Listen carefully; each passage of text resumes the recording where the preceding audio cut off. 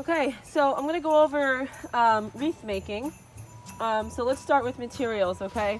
So I have a basic 12-inch wire frame. We also do it with a straw frame, and you can do it with foam frames, and you can also make your own frame by taking vines and wrapping them together and making a circle. I have some wire, 20 gauge wire, that I'm going to use for making the bundles and securing everything to the frame. You can get this at Michael's, you can get wire at the dollar store, you can get it at Lowe's, Home Depot. I have wire cutters, but you can use scissors because the wire is not that thick. But I also use the wire cutters to cut some of my branches. I went into the marsh and I got phragmites because I think they add a little nice touch, especially for fall. I got some eastern red cedar clumps, have some bigger branches over here.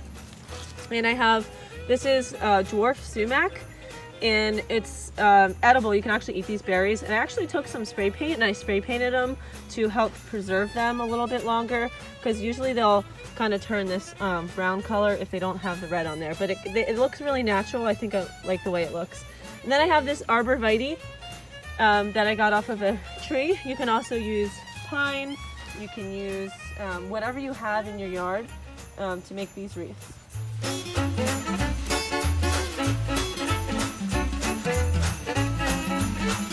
I have my pile here, and my method is I cut my supplies into piles. So I've made my pile of all the items that I want to use.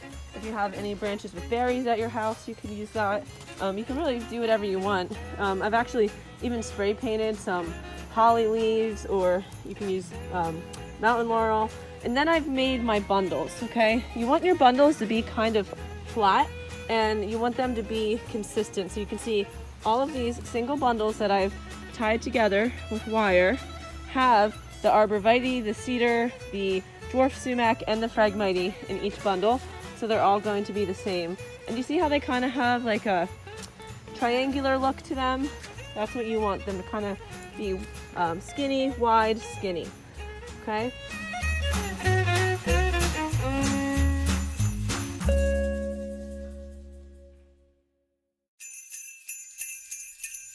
Now that I've made all of my bundles, I'm going to begin securing them to my wreath frame.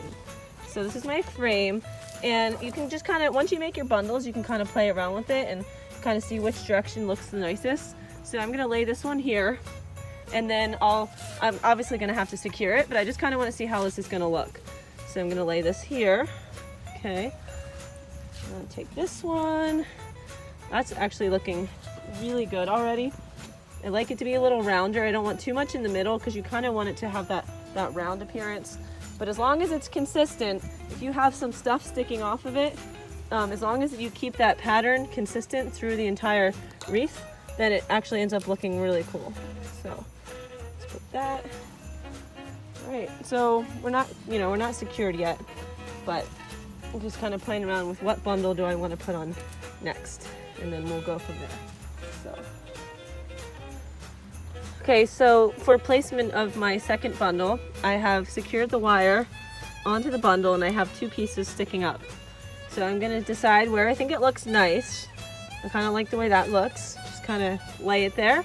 And then I'm going to take these wires here and use them to wrap them around the frame so that it stays secure. Okay? All right, Bluff. Tell them hi.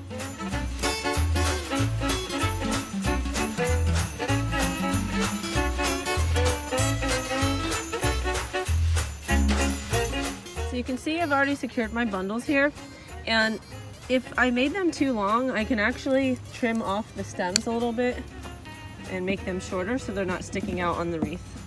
So if you decide to do your wreath outside with chickens, be careful of this.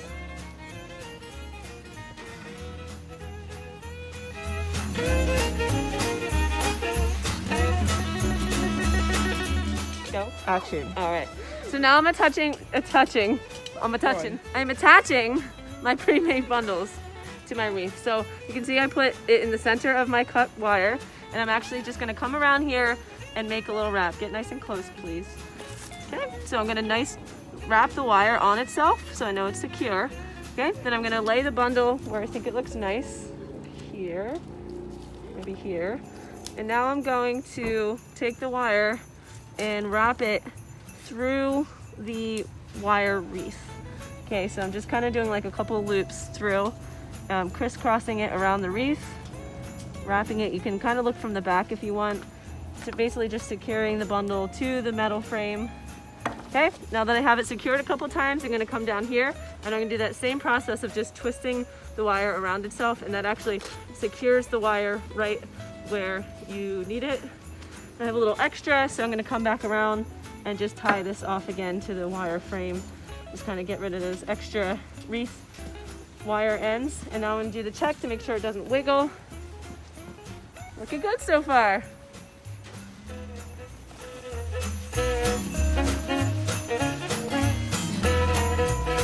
Finishing the wreath is the hardest part because you have this covering your empty wire on the wreath. So you actually have to peel this up, and then you're gonna place your last bundle underneath. Actually, this is a little long, so I'm gonna pre-trim it with, I didn't just trim.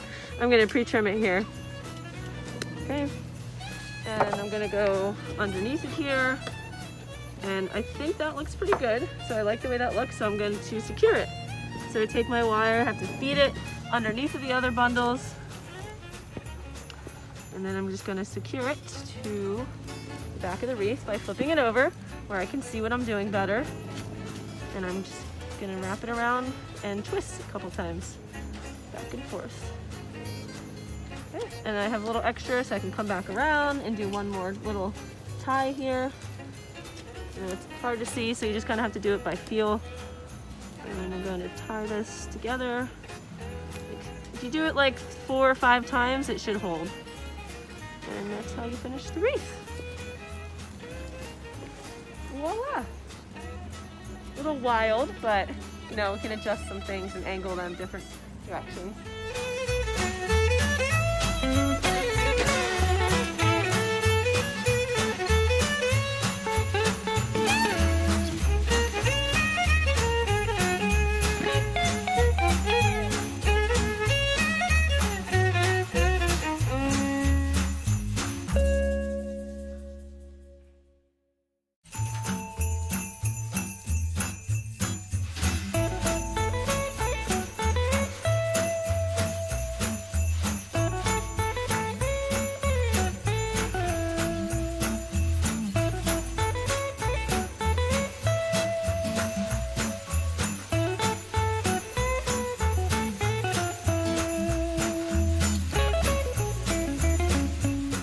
This is another type of wreath that I'm working on. I actually got this grapevine wreath from the thrift store for $1, and I just pulled off the stuff that it had on it, and now I'm making my own.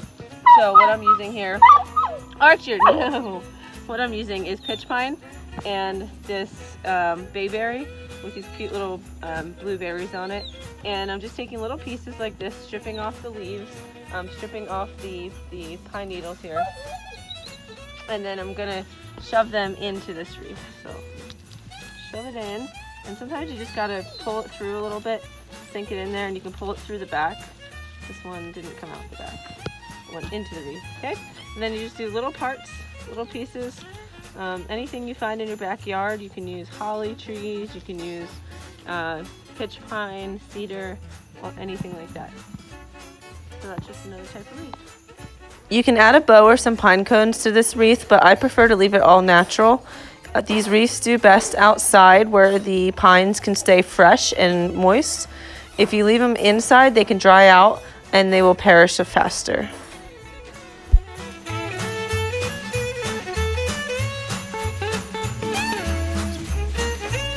Attaching my bundles to the wreath. And you can see serious, guys. Okay, so now I'm attaching my bundles to the wreath. Oh, should your face be on there? No. Okay. Definitely not. Ready? Yeah. Well,